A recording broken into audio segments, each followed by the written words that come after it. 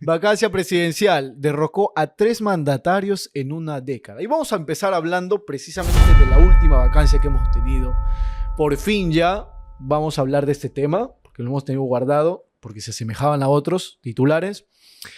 La vacancia de Dina Boluarte, ¿es constitucional? A ver, primero, sí es constitucional. ¿Por qué?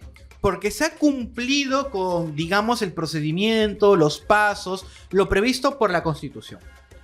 Obviamente, sobre el fondo, si debía o no debía ser vacada, la gente puede admitir debate sobre el fondo. Pero el procedimiento, en esencia, es constitucional. Todo lo que ha ocurrido, porque se ha hecho en relación al procedimiento como tal. Es decir, ha habido una moción, mínimo una, pero acá se presentaron 4. Se debatió si se admite o no la moción. Se admitió. Se convocó a la otra parte a defenderse. Voluntariamente decidió con sus razones, más allá de sean correctas o no, pero con sus razones, decidió no presentarse. Iba a haber el debate en el Congreso. Un congresista pidió no debatirlo entre nosotros. Y se debatió si íbamos o no íbamos a debatir. O sea, la mayoría del Congreso aprobó no debatir. Así que como se aprobó el no debate, se procedió a la votación final. ¿La vacamos o no la vacamos? Unanimidad, me parece. 118. Creo que uno nomás. Alfredo Alzurín. Uno nomás estuvo en contra. Estuvo en contra. Su libertad de conciencia. Tenemos el cuadro ahí, por favor. Tenemos el cuadro, producción. Lo hemos enviado al grupo de producción. A ver, es su libertad de conciencia y lo respeto. No lo voy a criticar por no estar de acuerdo con vacarla. Tendrá sus motivos. Pero lo cierto es que se vaca. Ya. Se aprueba su vacancia. Y luego, ¿qué es lo que sigue? Lo normal, ahí están las votaciones. Bueno, hay otro. Me parece hay que otro. Este fue el cuadro previo a la votación. Correcto. Cuando ya el boca de urna, por así decirlo, estaba diciendo, no, sí llegamos, sí vacamos, sí se alcanza. Y el tema fue el siguiente. Empezaron primero a salir de toda esa cofradía de pacto que aparentemente había dentro del Congreso. Es donde está primero Somos Perú y Renovación Popular son los que dan el primer paso, si mal no recuerdo, y dicen sí vamos a apoyar la vacancia por primera vez, porque anteriormente Renovación Popular era uno de los partidos políticos que se negaba a aprobar o a debatir o a firmar una moción de vacancia. Bueno, se necesitan 33 firmas. Si mal no recuerdo, en nuestros últimos 4 pedidos de vacancia, los que dijeron un no tajante fueron Renovación Popular y fueron Fuerza Popular. Y el APP, si la memoria no me falla, estuvo en contra de 1 y en contra de 2 no se pronunció, ni a favor ni en contra. Simplemente no se pronunció, si la memoria no me falla. Entonces sale Acción Popular, Renovación Popular y dicen sí vamos a apoyar la moción de vacancia. Y es donde deja en jaque a Fuerza Popular y Alianza por el Progreso, que eran los que públicamente habían dicho que no iban a aprobar ninguna vacancia. Y obviamente ya iban a presentar los alegatos correspondientes. Sí, bueno, claramente ahí había un tema de... Ya, no es coincidencia de que 4 mociones de vacancia estuvieran en contra. Claramente ahí había una alianza política. Repito, una alianza política no es que tenga algo de malo. Al final de cuentas son actores políticos y trabajan bajo alianzas políticas. Es dentro de lo normal. Aunque no estemos de acuerdo con sus decisiones, y yo tampoco estaba de acuerdo, pero que existan estas alianzas y estos bloques de votos es normal, es la vida política. ¿Puedes ayudarme con los integrantes, Renzo? Votación Sí, del claro. pleno. A ver, Fuerza Popular con 21 integrantes, todos a favor. El APP con 17 integrantes, 16 a favor. ¿Por qué 16? Porque había uno que no estaba ahí en la votación. Podemos, 3 integrantes, 13 a favor. Perú Libre, con 13 integrantes, hubieron 9 votos a favor. Renovación Popular, 11 votos. JPP, el bloque magisterial, hubieron 10 votos. Somos Perú, 8 votos. Acción Popular, 9 votos. Avanza País, 6 votos. Bancada Socialista, 5 votos. Honor y Democracia, 3 votos. Bloque Democrático, 5 votos. Y no agrupados, es decir, que ya no pertenecen a alguna bancada, partido político, otros 5 votos. De un total de integrantes de 130 personas, hubieron 121 votos. Entiéndase, 130, que es el total de congresistas, pero no todos estaban en la votación. Habían, si la memoria no me falla, 122. Algunos estaban con licencia. Y de esos 122, 121 a favor y uno en contra. Y superó ampliamente la votación, la cantidad de votos que se necesitaba, que eran 104, Sí. correcto, y llegó a un total de 121 a favor. En comparación, por ejemplo, por tenerlo en cuenta, lo de Pedro Castillo, que muchos dicen que fue inconstitucional, que solo se llegaron a 101 votos y se necesitaba 104. Y en comparación con el de Dina Boluarte, formidable. Al menos ahí no hay cuestionamiento. Exactamente. Y A mira, lo menos en la votación. Al menos sí, claro. En la al menos votación. Y bueno, para terminar con el interín procesal, luego de que Dina se va, viene, en teoría, en automáticos, tenía que juramentar el presidente del Congreso como presidente interino. ¿Por qué? Porque el presidente del Congreso es el que, ante ausencia de presidente y de vicepresidentes, recordemos que cuando gana Pedro Castillo, cuando postula Pedro Castillo, la plancha presidencial son 3 personas. Pedro Castillo, primer vicepresidente Vladimir Cerrón, segundo vicepresidente Dina Boluarte. Cuando gana Pedro Castillo, Vladimir Cerrón es suspendido, una inhabilitación. Así que nos quedamos con solo Pedro Castillo y segundo vicepresidente Dina Boluarte. Sale Pedro Castillo, entra el único reemplazo, Dina Boluarte. Sale Dina Boluarte, ya la plancha presidencial no tenía un tercer vicepresidente, así que ¿quién asume? El presidente del Congreso. Así que José Gerí, que en ese momento era el presidente del Congreso, debía entrar en automático. Pero ocurrió algo interesante y justificado dentro del Congreso. Pidieron una moción de censura contra la mesa directiva del Congreso. En palabras sencillas, hicieron un debate interno dentro del Congreso para saber si Gerí debía seguir siendo o no presidente del Congreso y en consecuencia presidente de la República. Hubo votación luego del respectivo debate. Hubo votación y dijeron no, infundado, se rechaza su moción. Confirmamos que José Gerí es miembro presidente de la mesa directiva y en consecuencia José Gerí pasa a ser el presidente de la República interino. Y eso es lo que ha ocurrido.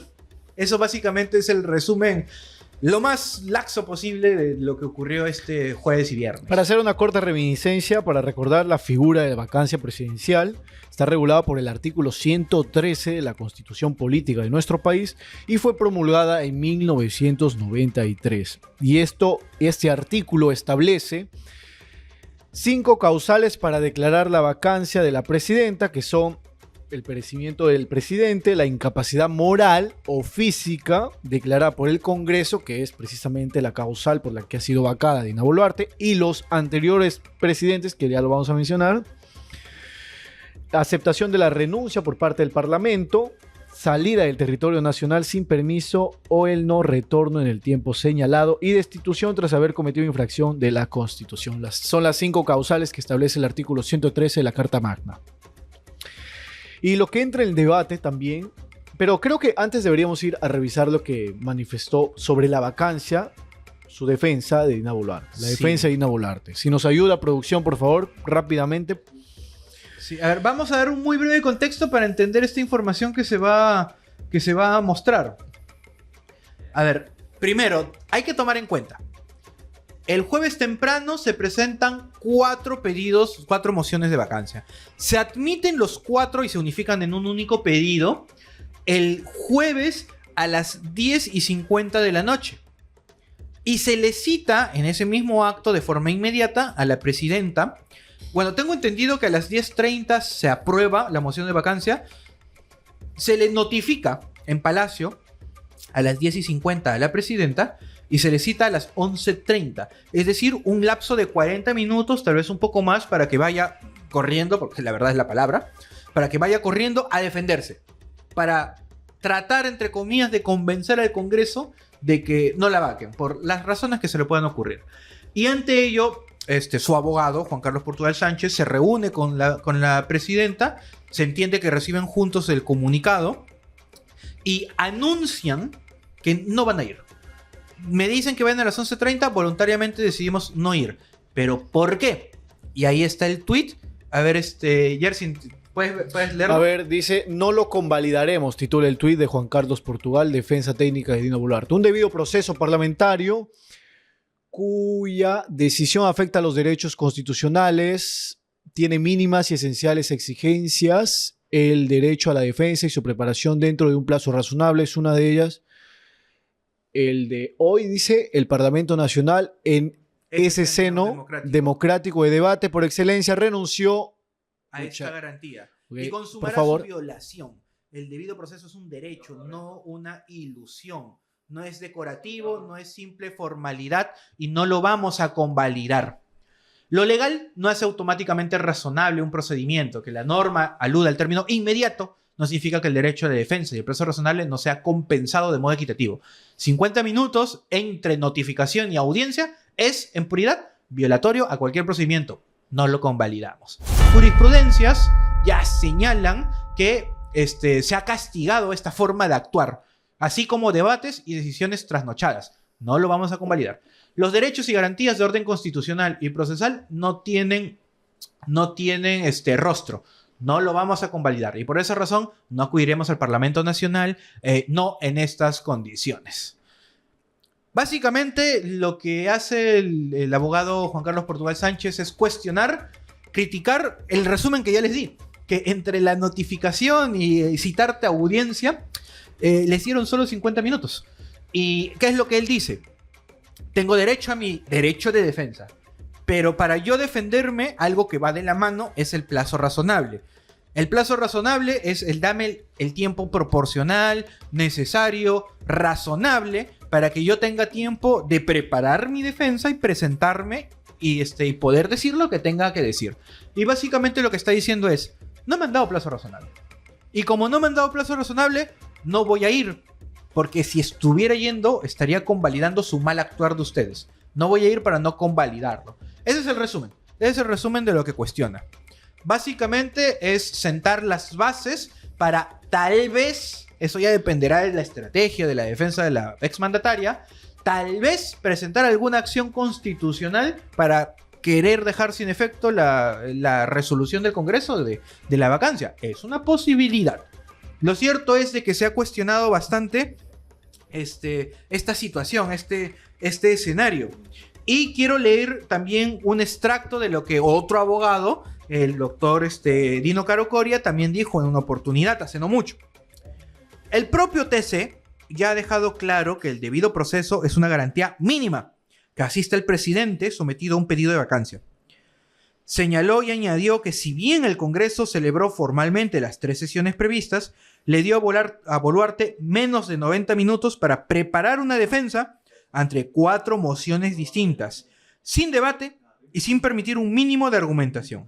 Para el doctor Caro Coria, no corresponde con el estándar de un debido proceso real, ni con la protección institucional que exige la máxima magistratura del país. Así que el doctor Caro Coria está de acuerdo en el sentido en el que el procedimiento haya sido legal, es decir, cumplir formalmente lo que dice, no necesariamente es constitucional por este aparente atropello de las garantías que le corresponde a todos. Como dice el doctor Juan Carlos, es una garantía que asista a cualquiera sin rostro. Solo porque te caiga bien o te caiga mal la mandataria o cualquier otra persona no se le puede restringir este derecho. Así que esa es la postura que mantienen la defensa y otro abogado que hemos leído. El principal cuestionamiento entonces es el tiempo que se le ha dado, que ha dado el Congreso de la República a la defensa o a Dina Boluarte, propiamente de elaborar su defensa. No podemos negar que ha sido una vacancia expresa. Bueno, eso sí, eso ha quedado clarísimo. ¿No? Eso sí. Eso ha quedado clarísimo y es más, lo han dicho especialistas que ¿por qué la premura? ¿Por qué la agilidad en todo el procedimiento de vacancia? De la noche a la mañana, porque si bien es cierto, desde el primer día o desde el primer mes que asumió el 7 de diciembre del 2022 Dina Boluarte, la primera magistratura del país, se han presentado vacancias y todas han sido rechazadas. Absolutamente todas han sido rechazadas. El programa anterior y el día de ayer también el programa dominical anunciaba y evidenciaba a todos que Bloque Democrático, el partido de Susel Paredes, Ruluque, Sigrebatzán, etcétera, eran quienes desde un principio venían presentando estas mociones de vacancias y que claramente ha sido negadas por los partidos políticos ya conocidos, ¿no? Renovación Popular, Alianza para el Progreso, Fuerza Popular, Acción Popular, Avanza País, etcétera. Pero ¿por qué de la noche a la mañana se aprueban estas 4 mociones de vacancias? Y más aún, ¿por qué se desesperan en votar en ese mismo momento? Cuando prácticamente podrían haber dejado la defensa para el día siguiente, para que Juan Carlos Portugal de la mano con Dina Boluarte, elaboren su defensa. ¿Por qué no esperar al día siguiente? Acá nacen las siguientes teorías, ¿no? Que son: el Congreso de la República estaba a vista de toda la ciudadanía, porque si bien recuerdo estaba siguiendo también este debate, el pleno del Congreso. Habían como 20.000 personas en vivo en el portal web del Congreso de la República, nunca antes visto, sobre todo si se tratan de las comisiones y otros temas de poco interés público, hay que decirlo. Se desesperaba, ¿no?, en querer evidenciar a la ciudadanía que han sido oposición, que quieren sacarla de una vez, que no puede permanecer ni un día más dentro de la presidencia. Opinión personal, había que aprovechar la coyuntura del momento. Ujú. ¿Por qué? Porque aparte de la ya conocida inseguridad ciudadana, que ya es nuestro día a día, nuestro pan de cada día, estaba justo la balacera, que bueno, tanto balacera, los disparos que hubieron en un concierto. El atentado.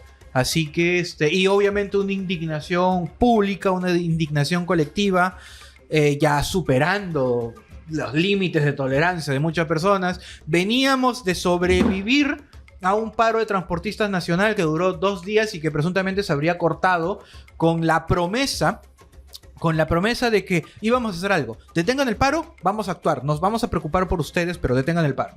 Y justo en ese contexto ocurre esta situación.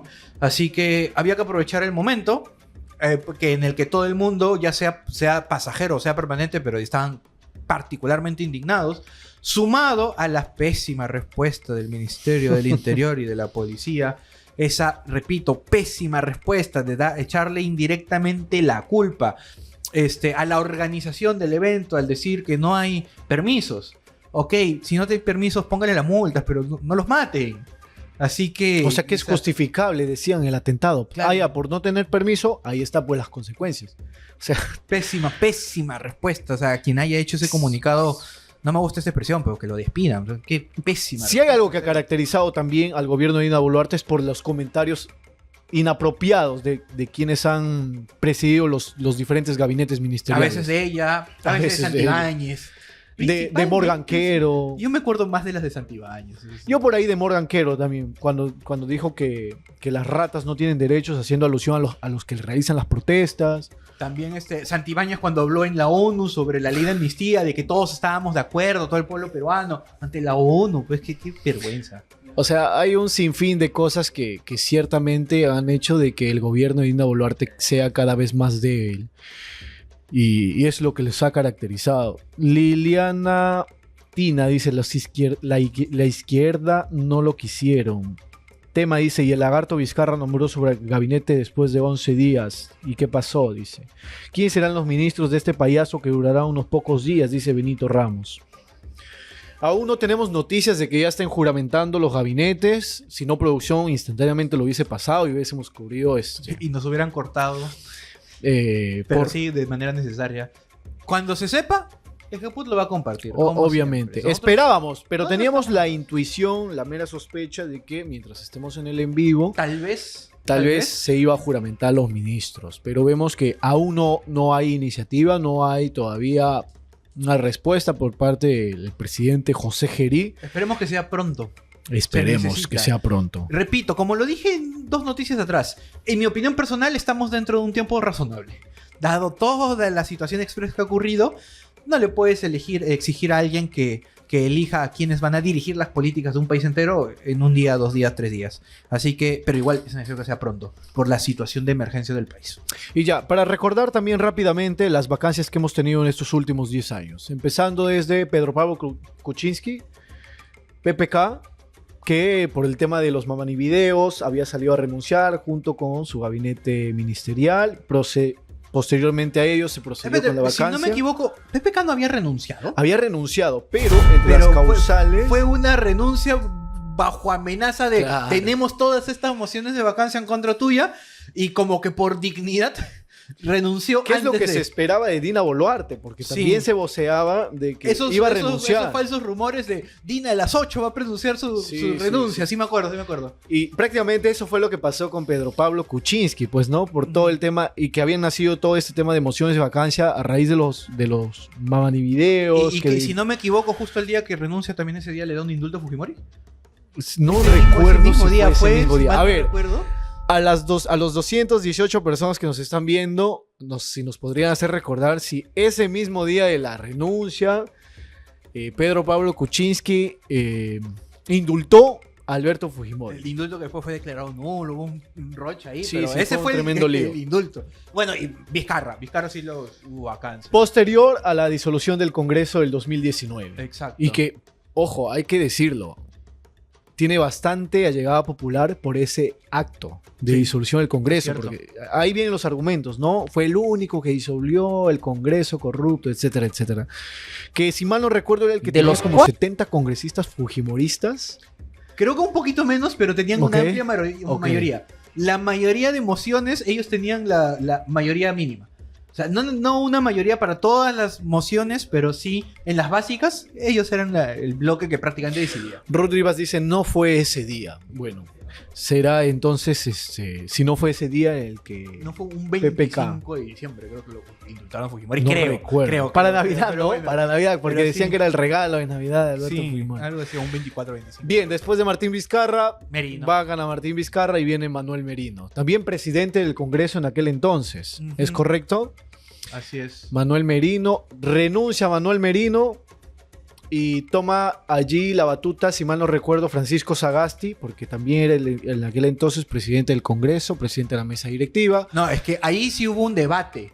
Porque el presidente del Congreso en ese momento renuncia. ¿Qué? Renuncia, puede hacerlo. Renuncia, pero prácticamente diciendo, me toca a mí ser presidente, pero yo no voy a ser presidente. ¿Ah? Renuncio, todos los congresistas vamos a debatir quién va a ser el nuevo presidente de la mesa directiva y en consecuencia el presidente. Y hay 2 votaciones, no se llega a un acuerdo y en el tercero gana Sagasti. Y como gana Sagasti, entra ya a la presidencia de la República. Y ahí es donde termina su gestión. Sí. La gestión que debería haber terminado PPK, ¿es correcto?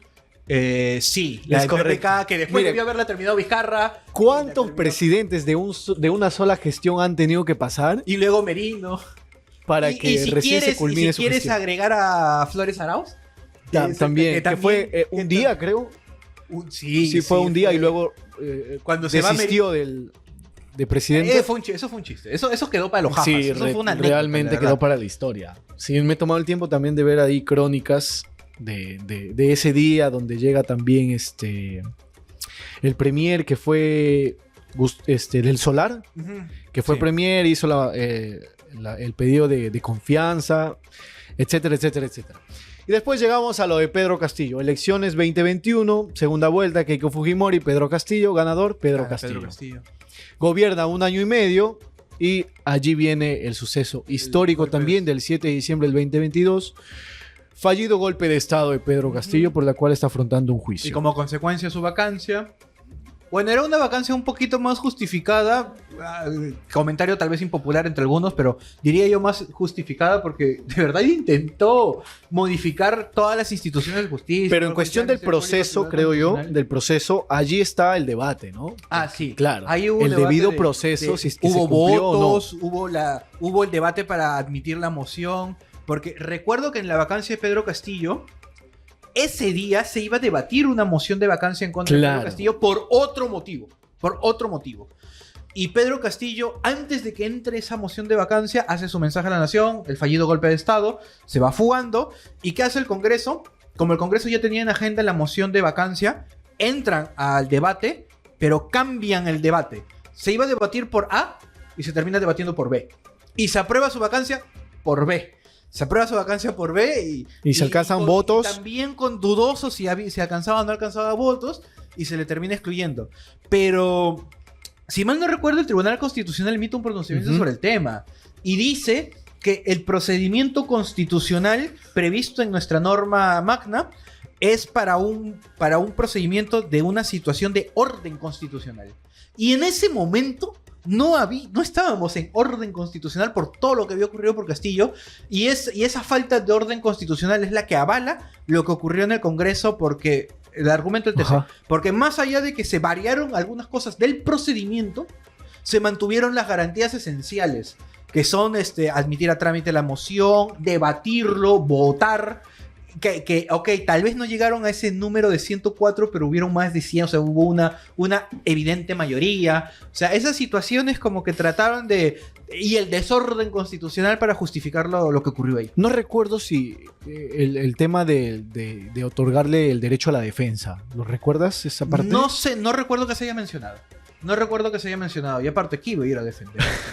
Él estaba en un carro siendo detenido frente a una clínica ahí por centro cívico. Con arma en cara todavía. Sí, cuando su propia seguridad cierra a su carro donde estaban, se bajan con arma y apuntan. Es una escena de película. Esa parece una escena de película. Es una escena de película. José Chávez nos dice: todos los congresistas que votaron a favor de la vacancia deben ser inhabilitados por el TC de ejercer un cargo público y sus partidos deben ser inhabilitados por esta elección. Gracias por tu comentario, estimado José Chávez. Patricia Ceballos Ruth Rivas ahí nos dice: 195 conectados, por favor sigan comentando. Estamos en este tema de la vacancia, Dina Boluarte, los precedentes que tenemos con respecto al uso de la vacancia presidencial, y muchos han hablado también de que se ha instrumentalizado, y es más, es un poco ambiguo el tema de la incapacidad moral de los presidentes. Pero antes tenemos una mención, nos dice producción, a ver por favor si nos lo pone. Merino el Breve le han echado la chapa a Manuel Merino. Bien puesto. Patricia Ceballos, buenas tardes con todos. Buenas tardes, Patricia. Por si acaso estamos los lunes y miércoles a partir de las 2 de la tarde. ¿Eh? A ver, tenemos una mención. Renzo, te cedo esta mención, por favor, porque es un programa que tú diriges. Bueno, para los que nos siguen con cierta frecuencia, sabrán que GEPUT tiene múltiples programas, múltiples servicios. Conexión Jurídica es solo uno de los tantos que tenemos. Y otro que tenemos y que también tengo el agrado de conducir es GEPUT Podcast, donde nos sentamos con distintos abogados, jueces, fiscales para conversar un poco sobre su vida, sobre su experiencia, sobre su trabajo y sobre sus conocimientos, sobre lo que se puede aportar para también crecer un poco más de manera humana y de manera profesional. Y lo que se tiene en pantalla es precisamente el tercer episodio de la tercera temporada de GEPUT Podcast. Empezamos hace poco, tratamos de empezar con fuerza y trajimos en su momento a 3 fiscales del equipo especial de Lavajato. Se puede ver abajo a la izquierda, ahí en blanco y negro, las 3 personalidades que ya han venido. Ha venido el doctor Belabarba, coordinador, el doctor Germán Juárez Atochi, el doctor José Domingo Pérez. Y obviamente han compartido bastante información con nosotros. La última entrevista ha sido con el doctor Domingo Pérez. Nos ha conversado sobre su vida y nos ha conversado sobre el equipo Lavajato, sobre algunos casitos importantes de trascendencia nacional y que van a resonar por bastantes años en el país, acerca de procesos seguidos en contra de personalidades políticas importantes, exmandatarios, expolíticos, que los invito a todos a poder ver ese nuevo episodio. Ya se encuentra colgado en nuestro portal, en nuestras redes, y hay producción para que pueda reproducir el video que estamos ahí viendo. De los 4 expresidentes que el Perú puede indicar están condenados, 2 corresponden al caso Lavajato. Es una situación